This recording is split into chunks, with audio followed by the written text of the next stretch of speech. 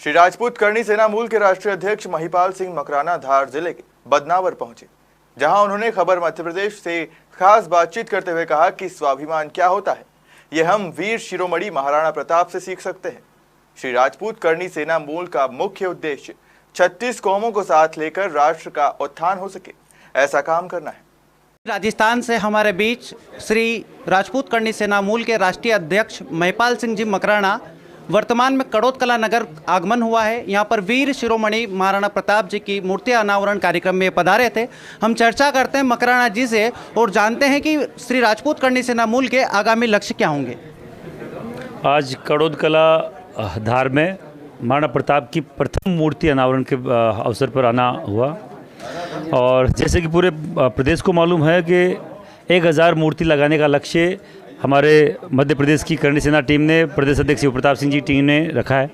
पहली मूर्ति थी और पहली मूर्ति के अनावरण में राज साहब पधारे खुद और यहाँ के लोगों ने 36 कौम के लोगों ने जो प्रेम प्यार दिया उसको देखते हुए लगता है कि आने वाले दिनों में भी जो मूर्तियाँ लगेगी वो सही प्रॉपर तरीके से प्रॉपर लोगों को अच्छा संदेश देते हुए लगेगी, क्योंकि ये हिंदुआ सूरज महाराणा प्रताप थे। हिंदुआ सूरज मतलब जो हिंदुत्व के लिए लड़े, 36 कौम के लिए लड़े, किसी जाति बिरादरी के लिए नहीं। तो हमारा उद्देश्य यही है कि सभी जाति बिरादरी के लोग साथ जुड़े और इनसे आने वाली पीढ़ियां कुछ सीख सके, न कि द्वेषता सीखे, न कि जातिवाद सीखे एकता।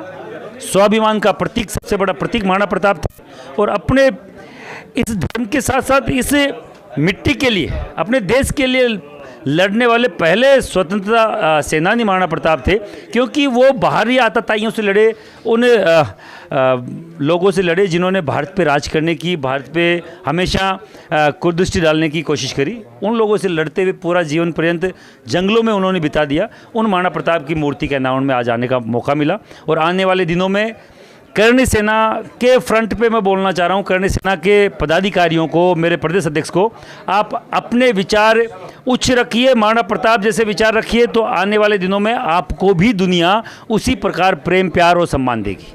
आप श्री राजपूत करनी सेना मूल के संस्थापक सदस्य रहे हैं, आप जिला अध्यक्ष भी रहे हैं, प्रदेश अध्यक्ष भी रहे हैं और वर्तमान में राष्ट्रीय अध्यक्ष का दायित्व संभाल रहे हैं। ये जो सफ़र सदस्य से शुरू हुआ था, राष्ट्रीय अध्यक्ष तक पहुंचा है। आप बेबाक अंदाज के रूप में जाने जाते हैं, बेबाक शैली आपकी है। क्या कुछ उतार चढ़ाव का क्रम रहा इस दौरान?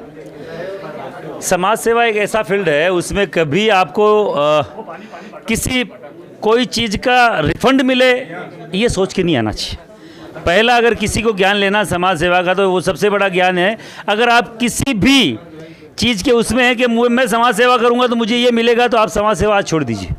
समाज सेवा किसी भी चीज़ के हित में करा हुआ, उसके प्रत्युत्तर अगर आप कुछ मांगते हैं तो वो समाज सेवा नहीं है, वो आप फिर धंधा कर रहे हैं। और समाज सेवा बिजनेस नहीं है। समाज सेवा आपके मन में समाज के प्रति समर्पण है, बिना किसी पैसे के लोभ लालच के, वो समाज सेवा है। आप अगर चंदे के उद्देश्य से, आप अगर नेतागिरी के उद्देश्य से, राजनीतिक उद्देश्य से अगर समाज को आप 5 घंटे देते हैं, आपको लगता है कि समाज आपको नेतागिरी में लाएगा, तो फिर आप गलत जगह हैं। हमें 15 साल हो गए, 3-3 लोकसभा, 3-3 विधानसभा चुनाव हमने देखे हैं। खूब सारे नेता जो हमारे बाद में आए और वो अभी मंत्री संत्री भी है, नेता भी हैं, तो वो राजनीतिक क्षेत्र में आने वाले लोग अलग है कि वो राजनीतिक क्षेत्र में जा रहे हैं, पर सामाजिक क्षेत्र में आकर अगर आप राजनीतिक क्षेत्र में जाना चाहते हैं तो ये गलत तरीका है। मैं नहीं मानता इसको, क्योंकि समाज को धोखा देना गलत बात है। आप सीधा सीधा करके आइए कि मुझे राजनीति करनी है इसलिए मैं समाज सेवा कर रहा हूँ, कोई प्रॉब्लम नहीं है, पर समाज सेवा के नाम पर राजनीति कर रहे हैं तो वो दिक्कत वाली बात है। आप गलत जगह है, गलत डिसीजन आपका है। आप प्रखर वक्ता है, काफ़ी शिक्षित व्यक्ति है, आपने अच्छे प्रशासनिक अधिकारी बन सकते थे, अच्छे राजनेता बन सकते थे, लेकिन आपने समाज सेवा ही माध्यम क्यों चुना? मैंने जैसा कि बोला कि ये करनी सेना स्वर्गीय कल्याण सिंह जी कालवी की विचारधाराओं पर चलने वाली एक संस्था है और उनका एक वर्ड था, उनका एक वाक्य था, जो अपने समाज का नहीं, वो अपने बाप का नहीं, जो अपने बाप का नहीं, वो अपने इस जाति और धर्म का, इस देश का कभी नहीं हो सकता। वो पहले राजनेता थे जो लोकसभा में ये बोलने की हिम्मत रखते थे कि क्षत्रिय समाज के लिए ये चीज़ें चाहिए, क्योंकि सभी जाति बिरादरी के व्यक्ति को आज़ादी के बाद में कुछ ना कुछ मिला, पर राजपूत समाज से छीना ही छीना गया, क्योंकि उनका एक ही तो अधिकार था लड़ने का। वो अपने सरहदों पे अपने देश की माटी के लिए लड़ते थे। अब उसमें भी कंपटीशन है, उसमें भी रिजर्वेशन है, उसमें भी हजार तरह के नाटक हैं। तो वो अधिकार भी हमसे छीन लिया गया। सभी जाति बिरादरियों के पास अपने अपने व्यवसाय थे। राजपूत समाज का व्यवसाय था अपने माटी के लिए लड़ना, जो हमसे छीन लिया गया आज़ादी के बाद में। तो सबसे बड़े अगर क्षत्रिय समाज के, राजपूत समाज के अगर कोई बात करता था लोकसभा विधानसभा में, तो वो बात करने वाले थे स्वर्गीय कल्याण सिंह जी कालवी और श्री राजपूत करनी सेना। उन्हीं की विचारधाराओं पर चलने वाली संस्था है। हम लोगों ने इसलिए इस फील्ड को चुना क्योंकि अपने लिए कोई बोलने वाला नहीं, अपने समाज के लिए कोई बोलने वाला नहीं है। राजनीति में सब बोल रहे हैं, अलग अलग फ्रंट पे बोल रहे हैं, पर सामाजिक स्तर पर अपनी बात को सही तरीके से इन लोगों तक पहुंचाए ऐसी संस्था नहीं थी जो हमने बनाई। और भगवती की आप सब लोगों की कृपा है कि हम लोग यहाँ तक हैं। जैसा कि आपने मंच से बताया कि राजपूत करनी सेना 36 कौमों को साथ लेकर चलना चाहती है, आपके जो करनी सैनिक और 36 कौमों के जो नौजवान हैं उनको क्या संदेश देना चाहेंगे?